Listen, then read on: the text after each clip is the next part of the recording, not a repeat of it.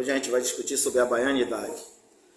Primeiro, é interessante a gente pensar que a Bahia foi o primeiro local do descobrimento, mais especificamente Salvador. Foi um dos primeiros locais a ser ocupado no processo de colonização do Brasil. Aqui foi a primeira capital. Então, a Bahia guarda essa tradição, daqui que começou o processo, praticamente, de escravização, modelo colonizador, Então, a Bahia guarda essa tradição. Então, a partir da década de 30, quando teve o processo de ruptura institucional, a Bahia resistiu, Então, os caciques que dirigiam a política baiana resistiu ao processo revolucionário comandado por Getúlio Vargas, e a Bahia, nesse sentido, foi boicotada economicamente, ficou para trás, perdeu o bonde nesse processo. Então, a Bahia vai guardar uma tradição, que vai ficar imune ao processo de modernização que vai acontecer a partir do período de Getúlio Vargas. Então, a Bahia vai, ao mesmo tempo, permanecer atrasada, mas também conservando a tradição colonial, no seu povo, os traços da tradição colonial. E vai vigorar, sobretudo nas relações, uma forte relação de clientelismo e de paternalismo. Isso continua na Bahia. Ao passo que essa cultura coronelista, paternalista, está sendo rompida pela Revolução Institucional de Getúlio Vargas, que tem como tripé modernizar a partir do fortalecimento do Estado com a criação de grandes empresas, como a Petrobras e outras, que é o carro-chefe que vai puxar o motor da economia, e também o insulamento burocrático, que é fortalecer a República através de concursos públicos, de criação da justiça eleitoral e uma série de processos que vai fortalecer a República, o Estado republicano. Então, o que acontece? A Bahia, como ela resiste nesse processo, ela fica um pouco atrasada. Então, esse contexto vai fazer com que permaneça da Bahia um saudosismo da herança colonial e, ao mesmo tempo, um traço forte dessa tradicionalidade. Bom, esse contexto é o contexto que é definido por Risério, por Cid Teixeira, como sendo o contexto que vai propiciar essa identidade baiana forte, e que inclusive é imaginada assim a nível nacional, essa identidade baiana que remete à tradição. Então, a Bahia, essa identidade de baianidade, ela vai se ater sobretudo ao recôncavo, que é Cachoeira, Salvador, as ilhas e a região do recôncavo. Então, esses autores concebem, a partir daí, uma cultura essencialista de uma ideia de baiano que convencionou ser chamada de baianidade. Bom, essa é uma leitura da baianidade. A outra leitura é o que foi feito dessa identidade a partir do momento em que ela é usada para ser vendida como um produto da indústria do turismo, nesse sentido, com os intelectuais, que vão vender a cultura da Bahia como uma cultura singular, e nesse sentido tradicional e africana, que preserva alguns traços sui generis, como o gosto pela festa, cordialidade com os estrangeiros, a sensualidade, a mistura, ou seja, essa coisa da miscigenação, né? Então, esses são traços que são vendidos pela literatura, o Jorge Amado, né? que são veiculados pelos intelectuais, que vão produzir a política de turismo, ok? E esses são traços também que vão refletir a imagem de fora, de quem vem de fora buscar essa Bahia, seja pelo lado negativo, seja pelo lado positivo. Esse também é um traço. Então, duas perspectivas daí nós podemos fazer da baianidade. Uma essencialista, que é essa perspectiva, né, sociológica dessa realidade do recôncavo. A outra perspectiva é definida por Albergaria como descricionista, que é essa perspectiva da Bahia construída de cima para baixo pela indústria cultural, de fora para dentro pela imagem e imaginário do estrangeiro sobre a Bahia, e de trás para frente, que seria uma Bahia mítica, uma comunidade imaginada, não uma comunidade real, mas como, a partir do processo sobretudo da independência, se constrói pelos vencedores uma ideia de um mito do encontro das três raças. Então, a Bahia seria o local onde se mistura gostosamente essas três raças. Então, a partir daí, você constrói uma ideia da Bahia que é um mito que também, de certa forma, é um mito que escamoteia a realidade. Nesse sentido, essa identidade de Bahia, de baianidade, ela carrega em si também o mito da democracia racial. Ou seja, como se nós tivéssemos gerado aqui um processo sui generis e democrático de convivência harmoniosa entre as três raças, que permite a gente ser algo singular para o mundo, né? De uma baianidade nagô, de uma baianidade festiva, alegre, quando na verdade, né, na realidade, nós temos um processo de segregação na Bahia, um processo de marginalização muito grande da população negra e pobre, e um processo, né, de uma elite, onde uma determinada elite ela se apropria dos recursos públicos, né? Ela se apropria dos altos cargos de alto escalão, ela se apropria da máquina pública, né? Ela se apropria da produção da riqueza, e nós entramos para esse processo apenas como contribuindo com a imagem da Bahia. Então, termina sendo um mito que enclausura e impede o protagonismo dos afro-brasileiros, da população afrodescendente. Então, nesse sentido, se existe uma baianidade, né? Se existe uma Bahia e uma baianidade que é cultuada e produzida e vendida como algo, né, sui generis, por outro lado, o baiano real, negro, mestiço, ele só participa no imaginário, na vida concreta e política da sociedade ele está fora. Então, esse é um debate que nós podemos fazer sobre o imaginário e a inserção desse sujeito nessa construção, né, da cidadania nessa cidade e nesse estado. Concretamente, aonde é que essa baianidade vai se manifestar? Ela vai se manifestar na produção artística de artistas como Mário Cravo e outros que vão pegar o legado dos símbolos do candomblé, da religião africana, e vão produzir em obra de artes, né?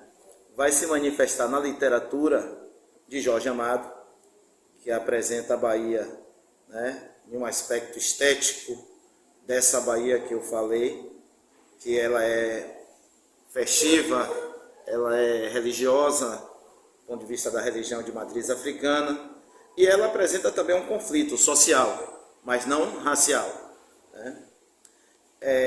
Se apresenta nessa Bahia de Jorge, nessa produção literária de Jorge Amado, e ela vai se apresentar também na imagem construída pela indústria cultural, né? Sobretudo quando se constrói um campo da indústria cultural, a partir do momento em que começa a se industrializar a Bahia com a Petrobras em 1950, levou 10 anos, de 1930 até 1950, a Bahia atrasada. Aí começa a se construir também a Universidade Federal da Bahia, né? E, inclusive, nesse período, vai, a partir dessa cultura do recôncavo e esse encontro com a cultura letrada, vai dar em um processo de uma produção cultural muito interessante, que são os novos bárbaros, ou os novos baianos. Então, por tudo isso, a Bahia ela é glamorosamente vendida, né? E esse imaginário é legitimado como algo muito produtivo do ponto de vista artístico, do ponto de vista cultural, né? O próprio Carnaval da Bahia, ele vai apresentar esse traço, né? Sobretudo nos afoxés, que a partir da década de 70, com o Ileaie, vão adquirir uma força muito grande, apesar de que o próprio filho de Gandhi, já data desde 1949, mas nessa década de 70 vai ter vamos dizer assim, um processo de africanização do carnaval. Esse carnaval que ele era mais elitista, né? Ele se dava de forma segmentada entre um carnaval que se apresentava na Baixo Sapateiro, da população negra, e o carnaval que se dava na Avenida 7. Esse carnaval ele vai passar a ser disputado com a presença negra no circuito da Avenida 7, sobretudo a partir do momento da criação dos blocos afro e do trio elétrico. Então, já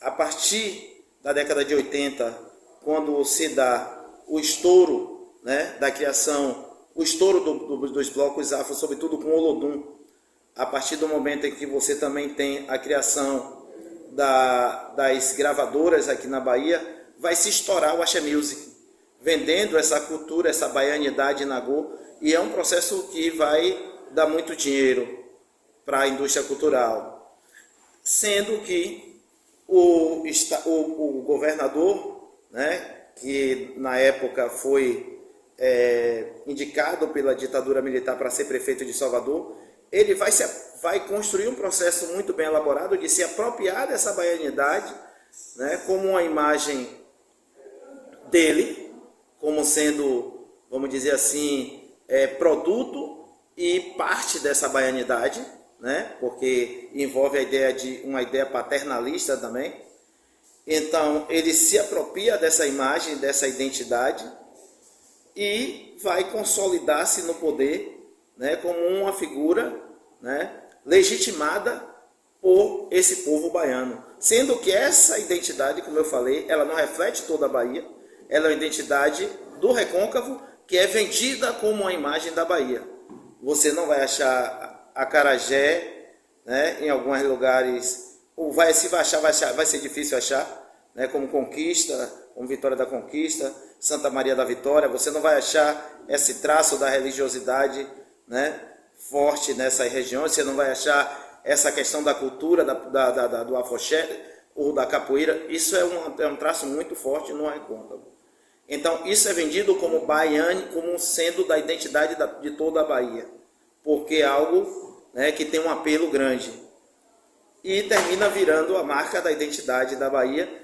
Mas para aquelas pessoas que estão à margem ou que estão no interior, que reflete mais aquela cultura do sertão, inclusive é interessante isso, ele se refere ao baiano como sendo de Salvador. Interessante. Mas então essa baianidade, né, ela vai ganhar dimensões também políticas, né, a partir do momento que você tem uma apropriação simbólica pelo poder